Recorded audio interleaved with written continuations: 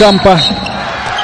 Atiduodamas kamuolys Arvydui Macijauskui, tuoj pat prasižengia brazilai, o kadangi jie nebuvo prasižengę 4 kartus, tai jiems būtina padaryti,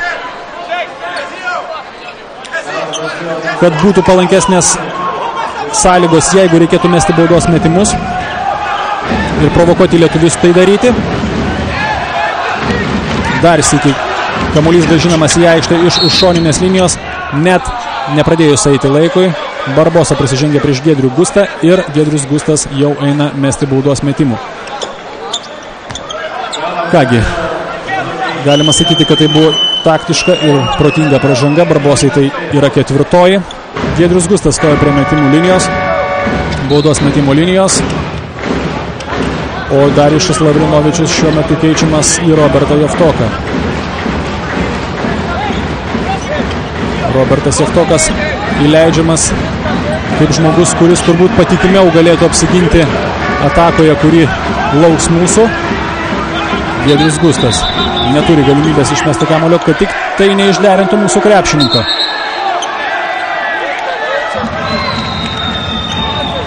Neleidžia keistis Andersonui Varežavo, kadangi kamuolys jau buvo atiduotas į Giedriaus Gusto rankas. Štai taip. Rungtynių arbitras griežtai nurodo abiejų komandų suoleliams sėstis į savo vietas. Taip pat ir tiems žaidėjams, kurie pasiruošė keitimui, o Giedrius Gustas šaltakraujiškai įmeta pirmąją baudą.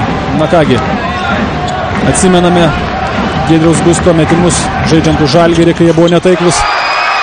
Bet gėda, kad jie nepasikartotų tokie kaip dabar. Vienas taiklus baudos metimas, plus 2 taškai.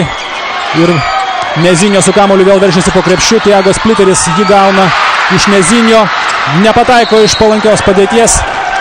Šiaip taip sugraibo kamuolį lietuviai. Ir Machado prasižengia prieš Arvydą Macijauską. Likus 12 sekundžių ir pirmaujant Lietuvos rinktiniai 2 taškais. Trečioji Marcelinio pražanga. Na, bent jis jau neleido ilgai eiti laikui. O prie baudos metimų linijos stojasi Arvydas Macijauskas, kuris šiaip jau pasižymi taiklę ranką. Norėjau sakyti, kad ir šaltais nervais, na, turbūt ne šiame čempionate. Bet tikėkime, kad bent jau šiuo metu Arvydas susikaups ir šaltakraujiškai sumes tuos 2 baudos metimus. Štai pagaliau gauna galimybę į aikštę įeiti Andersonas Varežavo. 12 sekundžių Arvydas Macijauskas ir galimybė didinti skirtumą. Tai ir padaro mūsų rinktinės atakuojantis gynėjas. Alucijo Ferreira prašo minutės pertraukėlės. Jeigu Macijauskas ją savo antrąjį baudos metimą įmes, tai jis ir daro. Suteikiama minutės pertraukėlė Brazilijos rinktiniai.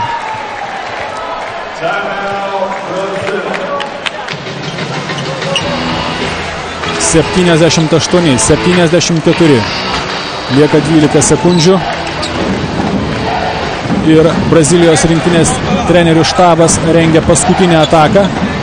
Kągi, peršasi mintis, kad brazilai turėtų bandyti atakuoti iš 3 taškų zonos ir jeigu metimas būtų sėkmingas, tučtuojau bandyti prasižengti prieš lietuvius.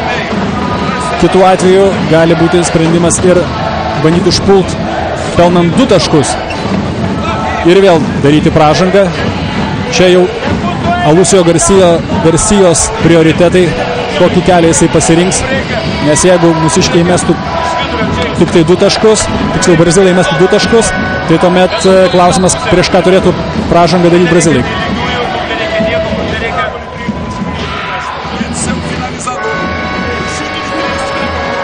Marcelinio įdėmė ir Tiago Spliteris klausosi nurodymų.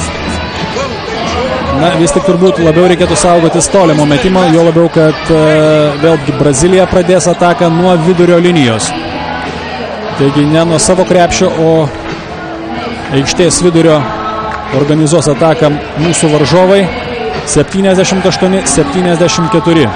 Lemiamos rungtynių akimirkos, kai paaiškės, kuri komanda trečia, kuri ketvirta ir štai su kamuoliu Nezinio. Machado taikosi, 3 taškai, meta jį iš toli, nepataiko su kamuoliu. Giedrius Gustas atiduoda Macijauskui ir pražanga likus 2 sekundėms. Na, atrodo, kad šį kartą brazilai nesugebės jau sugalvoti jokių taktinių gudrybių. Ir jeigu Macijauskas pataikys metimus, tai tada net ir tolimas metimas iš savo aikštės pusės ir taiklus metimas net neštų brazilams pergalės. 78-74. Macijauskas pataiko dar vieną tašką. Kągi, saugus 5 taškų atstumas. Macijauskas meta dar vieną metimą. Ir lietuviai švenčia pergalę 79-74. Tai jiems garantuoja trečiąją vietą C grupėje. Ir Australijos rinktinė užima 4 vietą. Tęsdama pasirodymą pasaulio čempionate, australai gali padėkoti lietuviams. Na, išsikapstame tik tai per tikrai didelį vargą. Galima tik tai pasidžiaugti ir padėkoti brazilams, kad jie suteikė mums tokių gerų akimirkų, o tai buvo dar viena pamoka Lietuvos rinktinės krepšininkams, kad reikia žaisti nuo pradžios iki galo. Apie tai, kuri komanda teks mums aštuntfinalėje, mes sužinosime vėliau, pasibaigus šios dienos rungtynėms. Tai išaiškės italams rungtyniaujant su Puerto Riku ir sužinosime, kuri iš tų komandų užime 2 ir 3 vietas. Šių rungtynių vaizdo įrašą galėsite matyti 22 val. 10 minučių, o krepšinio apžvalga apie pasaulio čempionatą 19 val. po vakaro žinių. Viso gero.